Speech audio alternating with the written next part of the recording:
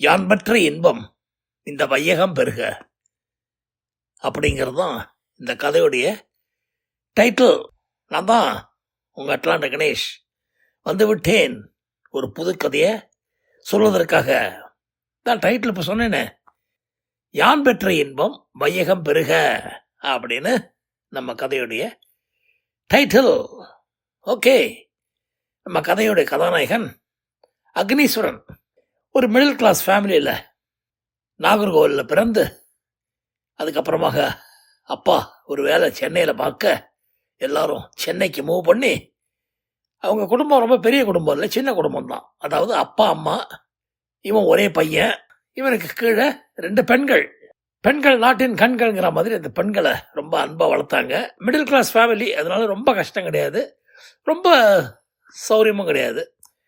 So அதனால் சென்னைக்கு move பண்ண உடனே சென்னையிலேருந்து ஒதுக்குப்புறமா ஒரு ஏரியா கொரட்டூர் அப்படின்னு இருக்குது. அதாவது இண்டஸ்ட்ரியல் எஸ்டேட்டு அது இதெல்லாம் அப்புறமாக அந்த ஏரியாவில் டெவலப் ஆச்சு. அந்த கொரட்டூரில் இவங்க குடும்பம் செட்டில் ஆச்சு. ஏன்னா அப்பாவுக்கு பக்கத்தில் டிவிஎஸில் வேலை. அதனால் அப்பா ஹாப்பியாக மிஸ்டர் கந்தசாமி டிவிஎஸில் வேலை செஞ்சு அவருக்கு கிடைக்கிற சம்பளத்தை கொடுக்க அவருடைய ஒய்ஃபு யமுனா அந்த குடும்பத்தில் நல்லபடியாக நடத்துவாங்க. பையன், மூத்த பையன் பக்கத்தில் இருக்கிற ஸ்கூலுக்கு போய் படிச்சுக்கிடுச்செல்லாம் பண்ணான். அங்கேருந்து சிங்காரம்பிள்ளை ஹை ஸ்கூலுங்கிறது வில்லிவாக்கம், ஒரு 2 மைல் தான். பையன் விடுன்னு சமயத்தில் சைக்கிளில் போவான், நடந்து போவான், இல்லைனா பஸ்ஸில் போவான், இதுலேயாவது போவான், நல்லா படிப்பான். அங்கேயே அந்த பெண்களும் படிக்க ஆரம்பித்து ஒரு மாதிரி எல்லாம் கடகடன்னு வளர, பையன் ஸ்மார்ட்டு. நம்ம ஹீரோ அதான் சொன்னேனே, அவன் பேர் என்ன சொன்னேன் மறந்து போச்சே, அக்னீஸ்வரன் ஹாப்பியாக படித்து கிடிச்சு முடித்து கம்ப்யூட்டர் கோர்ஸ் எல்லாம் எடுத்து கேம்ஸ் எல்லாம் பிரமாதமாக கிரிக்கெட்டு பேட்மிண்டன் அது இதெல்லாம் விளையாட ஓஹோன்னு ஃப்ளையிங் கலர்ஸில் எல்லாத்தையும் பாஸ் பண்ணதுனால பரீட்சையெல்லாம் அமெரிக்கா அவனை வாரி அணைத்து கொண்டு விட்டது. வழக்கம் போல் அமெரிக்காவில் வந்து மாஸ்டர்ஸ்லாம் படிச்சுட்டு அட்லாண்டாவில் செட்டில் ஆகி நல்ல வாழ்க்கையை வாழ ஆரம்பித்து விட்டான். அவ்வளவுதான். அப்பா அங்கே டிவிஎஸில் வேலை. டிவிஎஸில் என்னத்தை பெருசாக கொடுத்துட போகிறாங்க, ஏதோ கைக்கும் வாய்க்கும் இருந்தது, ஓரளவுக்கு நல்லபடியாக குழந்தைலாம் படிக்க வச்சுட்டு போனார். இப்போது நம்ம அக்னீஸ்வரனுக்கு பொறுப்பு ஏறி போச்சு. அவன் தான் அந்த குடும்பத்தோடு எல்லா விஷயங்களையும் பார்த்துக்கணும். ஸோ மாதம் அவனுக்கு வர இன்கத்திலிருந்து ஒரு $1000 ஊருக்கு அனுப்ப அங்கே குடும்பம் ரிச் ஆயிடுச்சு. ஏன்னா அதாவது ஒரு 10-12 வருஷத்துக்கு முன்னாடி $60-62 இன்னும் இருந்தது ஒரு ரூபாய்க்கு. ஸோ மாதம் $62,000 பெரிய பணம். அங்கே கடகடன்னு அந்த குடும்பத்தில் எல்லா வசதிகளும் வர சிஸ்டர்ஸ்லாம் சந்தோஷமாக காலேஜுக்கு போய் படித்து மேக்கப்பை போட்டுக்கிட்டு மினுக்க ஆரம்பிச்சிட்டாளுங்க. அதே மாதிரி அம்மாக்காரியும் ரொம்ப வேர்க்குது, அந்த ஏசி ஆன் பண்ணு அப்படிங்கிற லெவலுக்கு போயிட்டாங்க. அதாவது விசிறியும் கையுமா இருந்தவங்கெல்லாம் இன்றைக்கி ஏசியை ஆன் பண்ணிக்கிட்டு இருக்காங்க. அந்த அளவுக்கு வசதி வந்தால் எல்லா சௌகரியங்களையும் அனுபவிக்க தோணுமே. வாசலில் ஒரு சின்ன மாருதி கார் வேற. அப்பா சந்தோஷமாக வயசான காலத்தில் காரை ஓட்டிக்கிட்டு, பெண்கள்லாம் நாங்களும் கற்றுக்கிட்டு லைசன்ஸ் எல்லாம் வாங்கிடுச்சு. காருக்கு ஏக போட்டி. பெண்கள் 2 நாங்கள் எடுத்துகிட்டு போவோம், அப்பா இங்கே போனோம்பாங்க, அம்மா இங்கே போனோம்னுவாங்க. அந்த மாதிரி எனிவே அண்ணங்கிட்ட எப்பவும் கம்ப்ளைண்ட் தான், அண்ணா இந்த மாதிரி காரே கிடைக்க மாட்டேங்குது, வைக்க மாட்டேங்குது.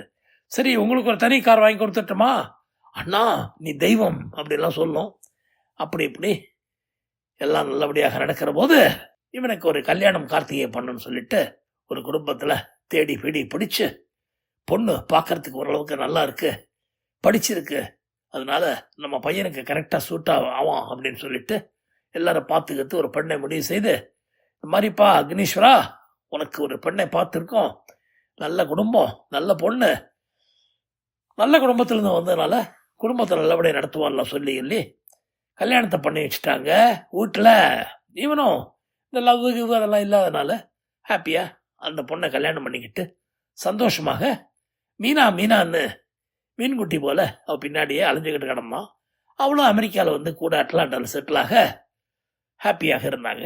ஹாப்பி அதாவது மீனா ரொம்ப மூடின்னா என்ன, எப்பவும் புடவைய மூடிக்கிட்டே இருப்பா இந்தியாவில். இங்கே வந்து ட்ரெஸ் எல்லாம் கொஞ்சம் கொஞ்சமாக மாற அந்த மூடியெல்லாம் போய் திறந்து இருந்தா. அதாவது ஓப்பன் மைண்டோட இருந்தான்னு சொல்கிறேன். நீங்கள் வேறு தப்பாக நினைக்காதீங்க. இந்தியாவில் இருந்தபோது மூடியாக இருந்தா என்ன கட்டுஞ்சட்டுவா அழகா புடவைய நல்லா இழுத்து மூடிக்கிட்டு கிடப்பேன். இப்போ இங்கே வந்து ஓப்பன் ஆயிட்டா, மைண்டு ஓப்பன் மைண்ட் ஆயிடுச்சு. ஆனால் கொஞ்சம் மூடி டைப்பு. அதாவது எல்லாத்துக்கும் ஒரு பாராட்டு எதிர்பார்ப்பேன், அது எதிர்பார்ப்பேன், இது எதிர்பார்ப்பேன். பிடிக்கலைன்னா பழிச்சுன்னு அவங்கள பிடிக்கலன்னு சொல்லுவேன், பிடிச்சதுன்னா ரொம்ப பிடிச்சதுன்னு புகழ்ந்து தள்ளுவேன், அவங்கள பற்றியே பேசிட்டு கிடப்பேன். And Agneswaran different type. ரொம்ப எல்லாத்துலேயுமே மாடரேட்டாக எல்லாத்தையும் அனலைஸ் பண்ணி ஹாப்பியாக இருக்கிறவன். ஆனால் அவள் அப்படி இல்லை. திடீர்னு உணர்ச்சி வசப்பட்டு அது மோசம், இது மோசம், அப்படி மோசம், இப்படி மோசம்னு ஆரம்பிச்சிருவேன். அதில் ஏதாவது அவளுக்கு பிடிக்காத ஒரு காமெண்ட்டை அக்னேஸ்வரன் சொன்னால் அவ்வளவுதான், மூட் அப்செட் ஆகிடும். உங்களை பார்த்தாலே எனக்கு பிடிக்கல போங்க அப்படின்ட்டு போயிடுவேன். அப்படியெல்லாம் இருக்கிற போது அடிக்கடி ஒரு வார்த்தை சொல்லுவேன், நல்ல ஹால் நீங்கள் என்ன கல்யாணம் பண்ணிக்கிட்டீங்க, எங்கிட்டயே அவ்வளவு தூரம் நீங்கள் வந்து வருத்தப்படுற மாதிரி இருக்கீங்க. என் தங்கச்சி யாரையாவது கல்யாணம் பண்ணியிருந்தீங்கன்னா தொலைஞ்சிருப்பீங்க. எனக்கு ஏன்னா அவளுக்கு 3 தங்கச்சி, 4 பெண்கள். மூத்த பொண்ணு இவன் தள்ள கட்டாங்க. இவன் கல்யாணம் எல்லாம் பண்ணிக்கிட்டு வந்து பார்த்தா பயங்கர மூடி டைப்பு. எதுக்கு கோச்சிப்ப, எதுக்கு சிரிப்ப, எதுக்கு அழுவன்னு தெரியாது. இவனுக்கு ஒன்றுமே புரிய மாட்டேங்குது. கிட்டத்தட்ட மென்டல் லெவலுக்கு போயிட்டான். ஆனால் அவன் ஹாப்பியா, I am very happy, I am very ஹாப்பின்னு சொல்லிட்டாள் இவன். அவன் 3 தங்கச்சிகளில் வேற ஏதாவது ஒரு தங்கச்சி நீ கல்யாணம் பண்ணுறதா உன்னை போட்டு புரட்டி எடுத்திருப்ப, அப்படி பண்ணு எப்படி பண்ணுவேன்னு சொல்கிற போது அந்த தங்கச்சிகள் நினைச்சாலே வைத்த கலக்கும். இவ்வளவு தூரம் புரட்டுறா நம்மளை. அந்த பொண்ணுங்களை எதையா ஒன்று கல்யாணம் பண்ணிருந்தா வாழ்க்கை என்ன இருக்கும்லாம் யோசிச்சு பார்ப்பான், பயப்படுவான். இப்படியாக கொஞ்ச நாள் காலம் ஓட ஒரு நாளைக்கு திடீர்னு வந்து, ஏங்க கஷ்டப்பட்டு சமைச்சிருக்கோமே, நல்லா இருந்தா நல்லா இருக்குன்னு சொல்ல மாட்டீங்களா, என்ன முத்து உதிர்ந்துருமா உங்களுக்கு அப்படின்னு சொல்ல, நீ கஷ்டப்பட்டு சமைச்ச, நான் கஷ்டப்பட்டு சாப்பிட்றேன், நல்லா இருந்தா சொல்ல மாட்டேனா அப்படின்னு அவன் அப்பாவையே சொல்ல, என்னது நல்லா இருந்தா சொல்ல மாட்டேனாவா, அப்போ நல்லா இல்லையா, ஐயோ தப்பா புரிஞ்சுக்கிட்டியே, ரைமிங்கா நான் சொன்னேன் அவ்வளோதாம்மா, நல்லா சூப்பர்னு சொல்ல, நீங்கள் பொய் சொல்கிறீங்க அப்படின்ட்டு பெரிய ட்ராமா. உங்களுக்கு அவண்டி சமைச்சு கொட்டுறேன், கஷ்டப்பட்டு சாப்பிட்றேன்னு சொல்கிறீங்களே, எவ்வளோ கிண்டலான வார்த்தை அது, அப்படி இப்படின்னு சொல்லி அவனை போட்டு புரட்டி வறுத்தெடுத்துட்டா. இவனுக்கு என்னடா பண்ணுறதுன்னு சொல்லி அவசரமாக சாப்பாட்டை முழுங்கிட்டு அவன் பாட்டுக்கு ரூமுக்கு போய் வேலைக்கு போகிற வழியை பார்த்தான், கிளம்பிட்டான். அப்படியாக எதுக்கும் மசிஞ்சு வரமாட்டான். இதை சொன்னா அது, அதை சொன்னா இதுன்னு. இப்போ ஒரு வார காலமாக அவனை போட்டு, ஏங்க நீங்கள் தான் எல்லார்ட்டையும் ரொம்ப ஃப்ரெண்ட்லியாக பழகிறீங்களே, ஃப்ரெண்ட்லியா அப்படின்னு இந்த ஃப்ரெண்ட்லின்னு சொல்கிறதுலேயே ஒரு கிண்டல். உங்களை தான் எல்லாருக்கும் ரொம்ப பிடிக்குதே, நீங்கள் ரொம்ப ஃப்ரெண்ட்லியாக இருக்கீங்க. என்ன என் தங்கச்சிங்களுக்கு கல்யாணத்துக்கு ஒரு புருஷனை பாருங்கள், யாரையாவது ஒருத்தனை பையனை பிடிங்க. 3 தங்கச்சிங்க இருக்குதுங்க, அதுங்களுக்கு 3 மாப்பிள்ளை நீங்கள் தான் பார்த்து கொடுக்கணும்னு சொல்லி எங்கள் அப்பாவும் அம்மாவும் ரொம்ப சொல்கிறாங்க.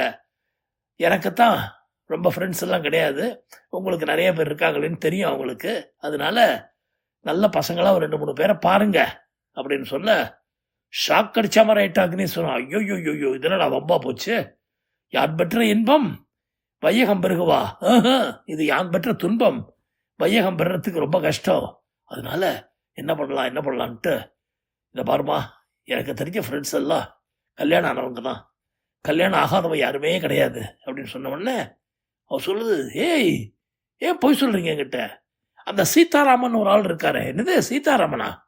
ஆமாம், கம்ப்யூட்டர்லாம் படித்து வந்து பெரிய லெவலில் ஒரு சின்ன கம்பெனி ஆரம்பித்து இன்றைக்கி பெரிய லெவலில் இருக்காரு, நல்ல வசதியாக இருக்காரு, அவரை பிடிச்சி வளைச்சி போடுங்க ஒரு பொண்ணுக்கு அப்படின்றாரு. ஐயோ பாவம்மா, நல்லவம்மா, அவன் லைஃப் என்ன, அவன் லைஃபுக்கு உங்கள் லைஃப் மாதிரி நல்லா இருக்கும், என் லைஃப் மாதிரி நல்லா, பாவம்மா அவன் நல்லவம்மா, ரொம்ப உழைச்சி கஷ்டப்பட்டு முன்னுக்கு வந்திருக்கான், அதனால தான் சொல்கிறேன், அப்படிப்பட்டவங்களுக்கு தான் வாழ்க்கையோட கஷ்டம் புரியும். என் தங்கச்சியை சந்தோஷமாக வச்சுப்பாங்க, அவன் வச்சுப்பான்.